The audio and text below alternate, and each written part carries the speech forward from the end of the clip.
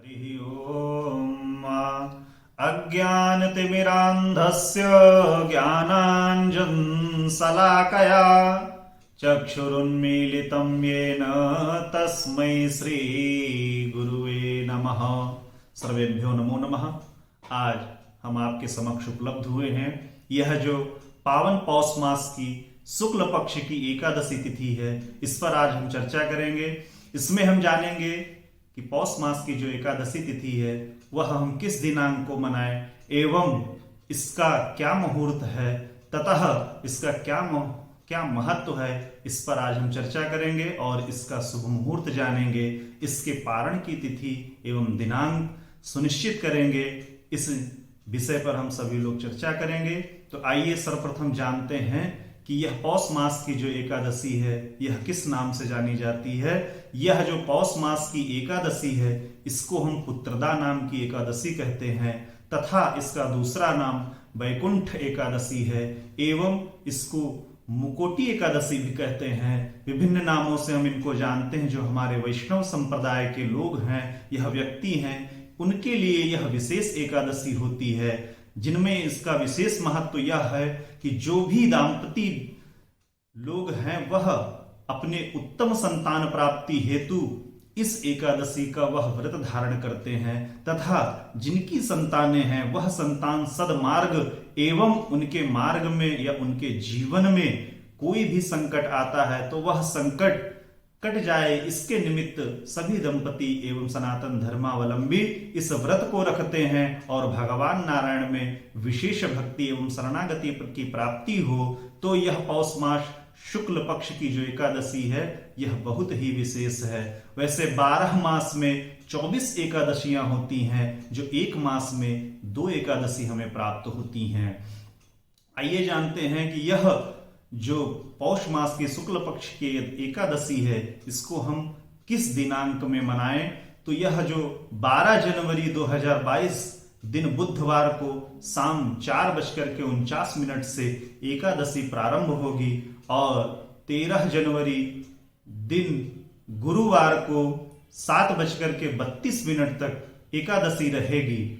इस समय एकादशी को ही चूंकि उदया तिथि में मुझे एकादशी 13 जनवरी 2022 को प्राप्त हो रहा है, तब हमें इस एकादशी को व्रत धारण करना चाहिए तथा जैसे 12 जनवरी 2022 दिन बुधवार को शाम को 4:49 से जब एकादशी लगेगी, उस समय जब सूर्यास्त का जो समय होगा, सूर्यास्त के पश्चात में जो भी इस व्रत को धारण करेंगे उनके लिए कुछ नियम, जैसे कि उसके पश्चात में अन्न धारण नहीं करना चाहिए और भूमि शयन यदि हो सके तो करें और ब्रह्मचर्य का पालन करें और उसमें भी अन्न में चावल भी ना ग्रहण करें। यह विशेष नियम बताया गया। उसके पश्चात में 13 जनवरी 2022 दिन गुरुवार को जब प्रातःकाल उठें सूर्योदय से पूर्व, तत्पश्चात भगवान नारायण का स्मरण करके स्नानादि क्रिया से निवृत्त होकर के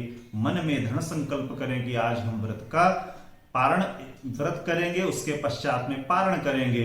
तो भगवान नारायण की उपासना करनी चाहिए और उसके पश्चात में जब पूजन करें तो भगवान नारायण का पूजन विशेष करें। उसमें भी जिन दंपतियों को संतान की प्राप्ति हेतु कर रहे हैं वह लड्डू गोपाल भगवान कृष्ण का पूजन करें और भगवान नारायण का साथ में पूजन करें और तुलसी माता के साथ में मां लक्ष्मी का भी पूजन करें। उसके पश्चात में जो भगवान नारायण एवं लड्डू गोपाल का पूजन करेंगे वह शंख से अभिषेक कर सकते हैं। यह उस दिन विशेष एवं उत्तम उपाय है, क्योंकि हमारे शास्त्र में लिखा गया है शिवम गवय श्रृंगेण केशवम शंखवारिणः विघ्नेशम ताम्रपत्रेण स्वर्णेन जगदंबिका।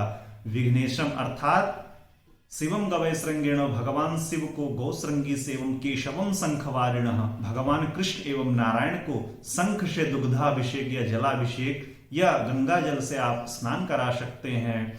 किसी भी पात्र इत्यादि से नहीं कराना चाहिए। यह करने के पश्चात में यदि आपके पास में षोडशोपचार विधान है तो उससे पूजन करें, अन्यथा पंचोपचार फल फूल दुग्ध मिष्ठान धूप दीप नैवेद्य जो भी आपके समक्ष में उपलब्ध है उससे भगवान नारायण का पूजन करें और इसकी जो पारण की विधि है, तो जिस दिन 13 जनवरी 2022 दिन गुरुवार को शाम को 7:32 पे एकादशी समाप्त हो रही है, उसी जगह पर तत्पश्चात 7:33 से ही द्वादशी तिथि आरंभ होगी और 14 जनवरी 2022 दिन शुक्रवार को ही अगले दिन 10:12 तक यह जो द्वादशी है रहेगी। तो जो उस दिन प्रातःकालीन सूर्योदय रहेगा, यानी कि 14 जनवरी 2022 को जो सूर्योदय रहेगा वह लगभग के 7:14 से प्रारंभ होगा और उस 7:14 से 10:12 तक यह जो एकादशी का पारण है वह बहुत ही शुभ है। उसके पश्चात में नहीं करना चाहिए, क्योंकि जो एकादशी का व्रत करते हैं उनके लिए पारण विधि जो है वह द्वादशी तिथि को ही है और जो उसके पूर्व का समय होता है उस समय में जो 7:14 से और इधर 10:12 का जो समय है, इसके बीच में दानादि करके ब्राह्मण को दान करके या भोजन करा करके करना चाहिए। उस समय आपको पारण करना चाहिए, यह उत्तम विधि है। इसको करने से भगवान नारायण की कृपा आप पर विशेष प्राप्त होगी। जय श्री राम। पुनः आपके बाद में उपस्थित होऊंगा एक नए विषय के साथ में।